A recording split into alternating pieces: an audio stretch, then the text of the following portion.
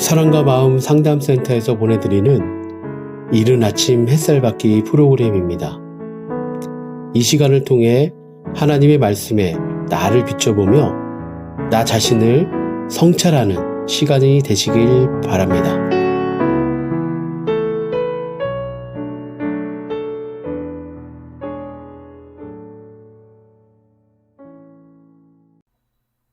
이른 아침 햇살 받기 시간입니다. 우리는 지금 열왕기하 17장을 통해서 호세아 왕과 관련된 이야기를 나누고 있습니다.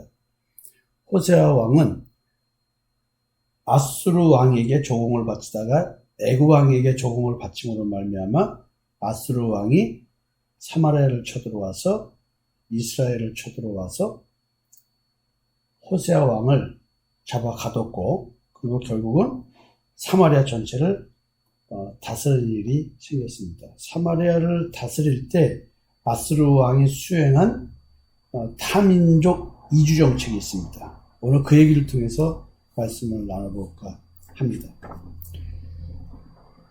마치 이 이야기를 들으면 지역신의 개념이 있는 듯한 느낌을 갖게 됩니다.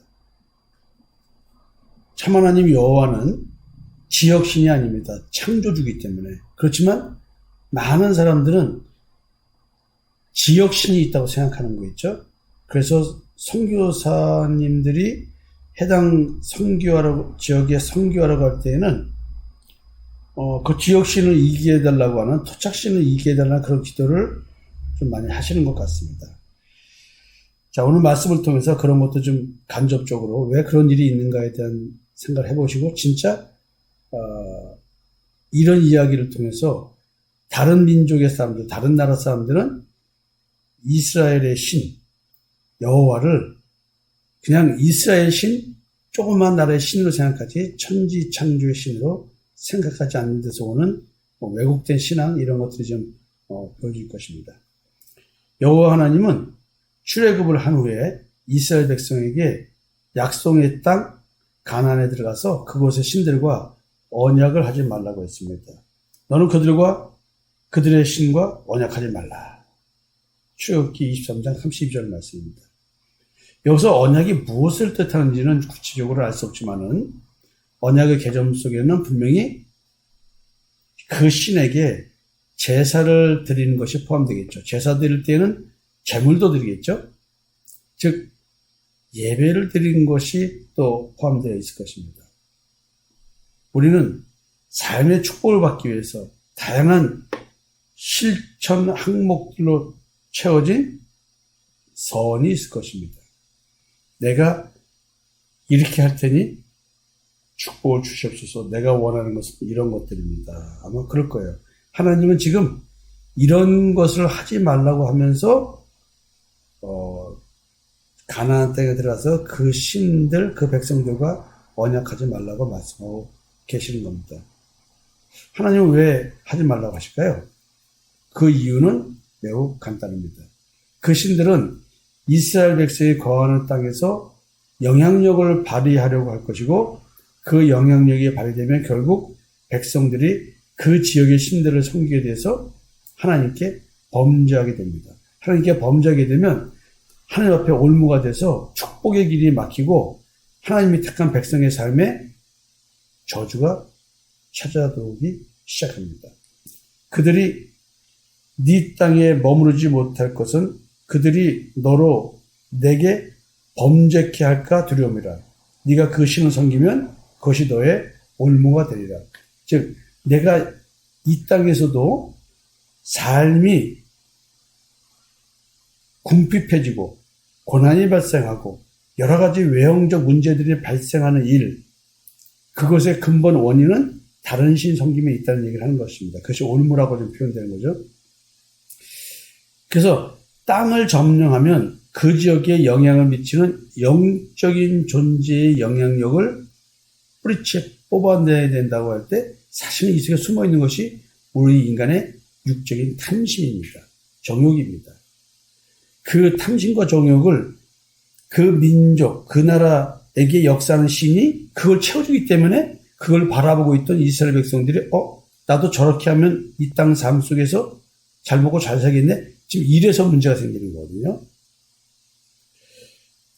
일정 지역을 다스리는 영적인 존재는 자기의 존재를 알리할 것입니다. 그러면은 그 존재를 알리는 그 방식이 뭐냐면 그들의 삶에 영향을 미치는 것입니다. 특히 국가와 국가 간의 전쟁을 통해 점령군으로서 주둔할 때 어떤 사건이 발생할 경우 이런 생각을 하고 있는 것 같습니다.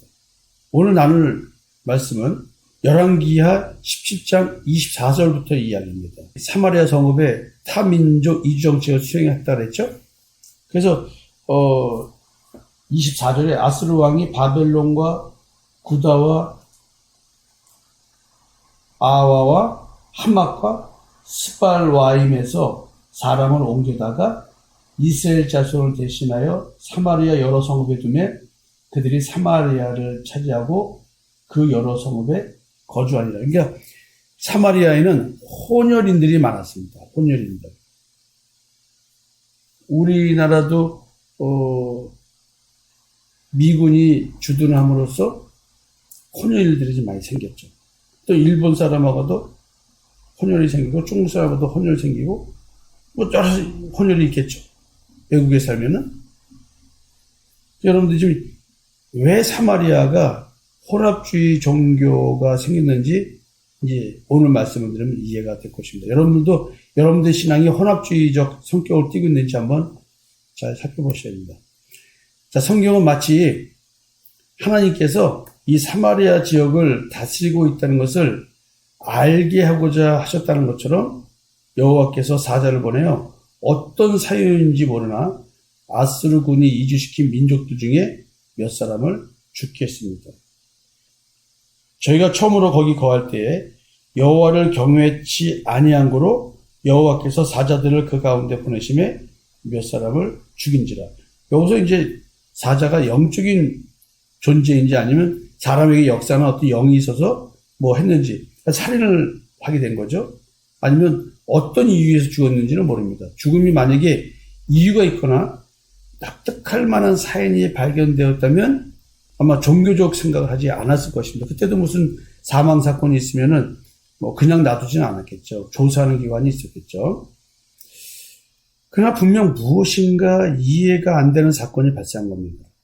어떤 사람이 아스루 왕에게 이런 보고를 합니다. 열왕기하 17장 26절입니다. 그러므로 혹이 아스루 왕에게 고하여 가로되 왕께서 사마리아 여러 성읍에 옮겨 거하게 하신 열방 사람이 그 땅 신의 법을 알지 못하므로 그 신이 사자들을 저희 가운데 보내매 저희를 죽였사오니 이는 저희가 그 땅 신의 법을 알지 못함이니이다. 매우 기가 막힌 얘기합니다. 그 땅 신의 법. 쉽게 말하면 지역을 다스리는 신이 있어서 그 신이 지금 땡깡을 부리거나 텃세를 부리거나 이런 얘기가 뭐죠? 아스루 왕의 신하 중에 영적인 현상을 볼 줄 아는 사람이 있었나 봅니다. 그가 본 대로 사실 하나님께서 일단 행하신 거죠. 이렇게 성경에 기록되어 있으니까 아스루의 이주 정책으로 새로운 삶을 살겠다고 사마리아 성읍에 거주하게 된 열방 사람들은 자기들 나름대로 섬기는 신이 있었습니다. 이 사람들이 이주하였다고 해서 그들의 신앙을 버리고 여호와를 섬기는 율법을 준행하면서 여호와를 섬기는 그런 신앙을 온전하게 믿을 수는 없을 것입니다. 그들이 사마리아 성읍에 와서 여기에 역사하시는 신은 어떤 분이시냐? 우리도 이 지역에 왔으니 그분을 섬겨야 하지 않겠냐라고 할 사람은 분명히 없을 것입니다. 왜냐하면 자기들이 살던 지역의 신이 이 지역에까지 역사할 수는 없다고 믿을지라도 신앙은 인간의 마음 속에서 믿는 것이기 때문에 결국은 자기가 사는 거주지에서 자기들의 신앙 예법대로 종교 생활을 할 것이기 때문에 그렇습니다. 그러나 분명 그 지역의 종교로부터 영향은 분명히 받을 것입니다. 왜냐하면 당연히 원 거주자들이 섬기고 있던 신봉하던 신앙이 있기 때문입니다. 하여튼 어떤 신하가 왕에게 보고한 것처럼 아스루 왕은 영적인 현상을 이해했습니다. 그러나 그들에게는 천지를 지으신 참 하나님 여호와에 대한 이해는 당연히 없었겠죠. 단지 사마리아 성읍을 다스리는 그 땅 신의 텃세, 그 땅 신의 텃세를 부리는 것으로만 판단하였겠죠. 한국식으로 표현하면 터줏대감이 시비를 건다고 생각한 것입니다. 그러니까 뭐 지신밟기, 또 여리고성을 7동 돌아서 땅 밟기 한 것처럼 많은 사람들은 그런 뭐 땅 밟기도 하고 막 그런 걸 보죠. 교회에서도. 그게 약간 성경적인 것 같으면서도 미신적인 것 같은 느낌이 들죠.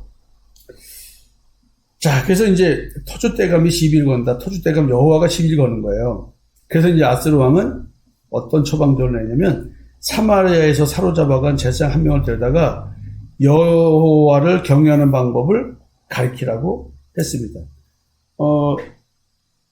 그게 이제 17장 27절에서 28절의 말씀인데요.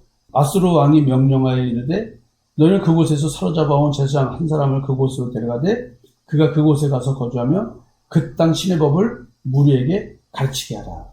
이에 사마리아에서 사로잡혀간 제사장 중 한 사람이 와서 베델에 살며 백성에게 어떻게 여호와 경외할지를 가르쳤더라. 자, 이렇게 했어요. 그렇다고 해서 그들이 배우긴 배우지만 왕의 명령이니까 배우긴 배우겠지만 또 행위적으로도 율법대로 제사 지내는 법대로 하겠지만 진짜 하나님을 여호와를 섬길까요? 한편으로 보면 왕과 즉 정치가와 보이지 않는 영적 존재와의 화해의 장면이기도 합니다. 여기서 이와 같이 세상에 드러난 보이지 않는 영적인 현상을 해석하는데 각자가 갖고 있는 기본적인 신관이 있음을 알 수가 있습니다. 영적인 존재에서의 각 나라의 신들, 각 민족의 신들은 이렇구나, 이런 걸 다 갖고 있는 거예요. 그래서 신을 지역신으로 보고 있다는 것입니다. 아스루 왕, 그 무리들은 여호와를 이스라엘 작은 나라의 변방에 있는 지역신으로 보고 있는 것입니다. 이방 민족뿐만 아니라 이스라엘 백성들도 천지에 충만하신 하나님을 생각하는 것이 아니라 장수적 개념의 하나님에 대하여 언급을 많이 했습니다. 뭐 야곱도 여기도 하나님이 계시나? 뭐 이런 식으로. 사실 아브라함도 지역신으로 생각한 흔적들이 있습니다. 애굽에는 하나님이 계실 거라는 생각을 안 했겠죠. 그러니까 왕에게 사라를 넘겨주는 일들이 발생한 거죠. 하여튼 그래서 하나님께서 역사해가지고 아내가 돌아오지 않습니까? 지역신이 아닌가 보다 이런 생각이 들면서 이제 온전히 천지를 창조하신 하나님에 대한 깨달음을 갖게 되는 것입니다.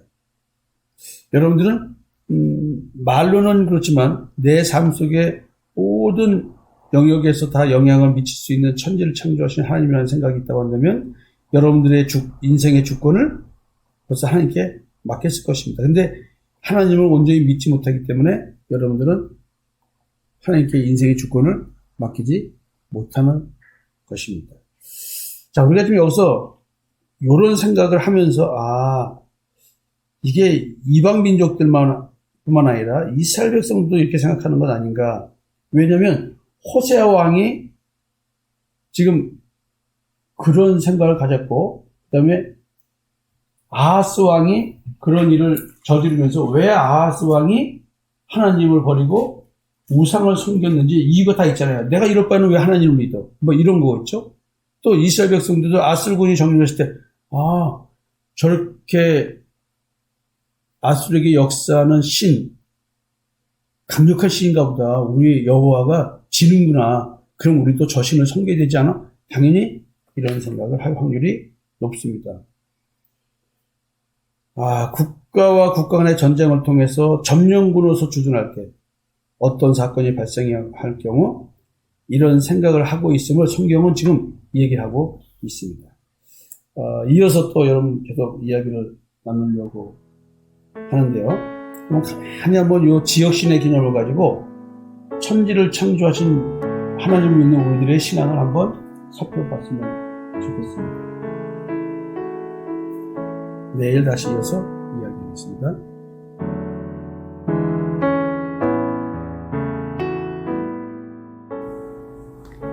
지금까지 이른 아침 햇살 받기 프로그램이었습니다. 오늘 하루도 믿음 안에서의 삶을 누리시는 여러분이 되시기를 기도합니다.